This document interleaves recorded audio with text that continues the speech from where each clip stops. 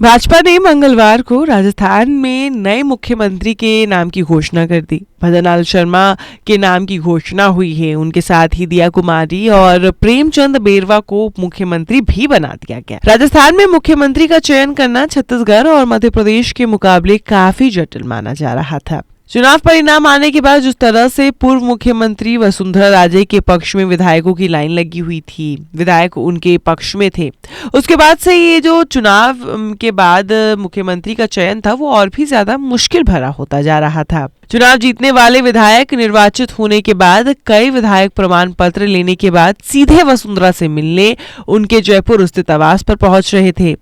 उसे सीएम चेहरे का चयन जटिल होता जा रहा था। ऐसे में पार्टी नेतृत्व ने पर्यवेक्षक के जरिए जटिल मसले को सुलझाने का प्रयास किया। मुख्यमंत्री पद को लेकर उलझे मसले को सुलझाने के लिए पार्टी नेतृत्व ने केंद्र रक्षा मंत्री राजनाथ सिंह जैसे कद्दावर नेता को पर्यवेक्षक बनाया।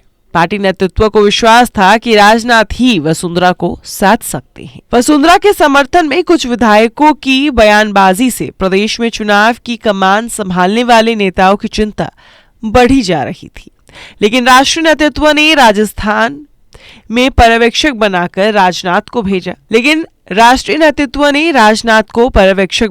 नए चेहरे को सीएम बनाए जाने की योजना को पूरा किया। राजनाथ को संगठन, आरएसएस और सरकार तीनों का अनुभव होना भी इस मसले को सुलझाने में महत्वपूर्ण रहा। राजनाथ के साथ वरिष्ठ नेता विनोद तावड़े और राज्यसभा सांसद सरोड़ पांडे को लगाया गया था।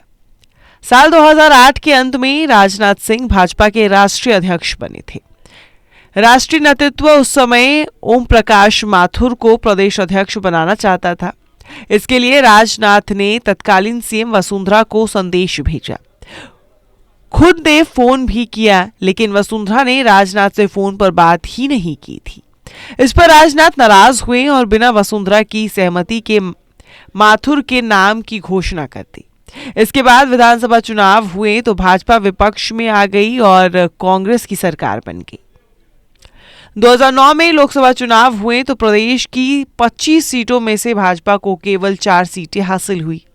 कमजोर प्रदर्शन की जिम्मेदारी लेते हुए माथुर और संगठन महामंत्री प्रकाश चंद्र ने राष्ट्रीय नेतृत्व के निर्देश पर इस्तीफा दे दिया, लेकिन वसुंधरा ने नेता प्रतिपक्ष के पद से इस्तीफा देने से इनकार कर दिया था। राजनाथ नहीं माने तो वसुंधरा ने 15 अगस्त 2009 को 50 से ज्यादा विधायकों के साथ दिल्ली पहुंच गई। अक्टूबर में जानकारी सामने आई कि वसुंधरा ने इस्तीफा दे दिया, लेकिन तत्कालीन विधानसभा अध्यक्ष दीपेंद्र सिंह शेखावत को मिला ही नहीं था। फिर मामला ठंडे बस्ते में चला गया। राजनाथ दिल्ली से जब जयपुर हवाई अड्डे पर पहुंचे तो उनकी वसुंधरा और प्रदेशाध्यक्ष सीपी जोशी से अगवानी हुई। इसके बाद दोनों राजनाथ के साथ गाड़ी में बैठकर होटल पहुंच गए।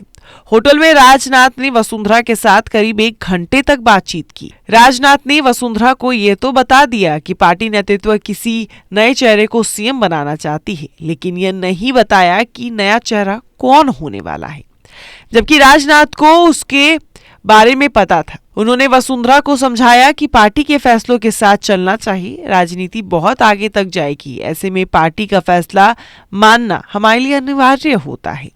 उन्होंने वसुंधरा को नए सीएम के नाम का प्रस्ताव करने के लिए तैयार किया। नाम विधायक दल की बैठक में ही बताने के लिए कहा। विधायक दल की बैठक में राजनाथ ने वसुंधरा को अपने पास वाली कुर्सी पर बैठाया और फिर कहा, अब उन्हें नए सीएम के नाम का प्रस्ताव करना है। राजनाथ ने अपनी जेब से एक पर्ची निकालकर वसुंधरा को सौंप दी। वसुंधरा ने जैसे ही पर्ची खोली तो उनके चेहरे का रंग उतर गया। पर्ची में भजन लाल सीएम थे, दिया कुमारी व प्रेमचंद बेरवा का नाम उप मुख्यमंत्री के तौर पर था और वासुदेव देवनानी का नाम विधानसभा अध्यक्ष के रूप में था। पर्ची देखने के बाद वसुंधरा ने राजनाथ से कुछ कहने का प्रयास किया, लेकिन उन्होंने ध्यान नहीं दिया। आखिरकार वसुंधरा ने भजन लाल के नाम का प्रस्ताव किया था। तो कुछ इस तरीके से भजन लाल, जो कि अब राजस्थान के सीएम बन चुके, उनके नाम का प्रस्ताव हुआ, उनका चयन हुआ और इस बार बीजेपी इसी फॉर्मूले पर टिकी है कि हर एक नए चेहरे को अपॉर्चुनिटी देने के जो फॉर्मूला है वह बीजेपी का वो है। और बीजेपी ना सिर्फ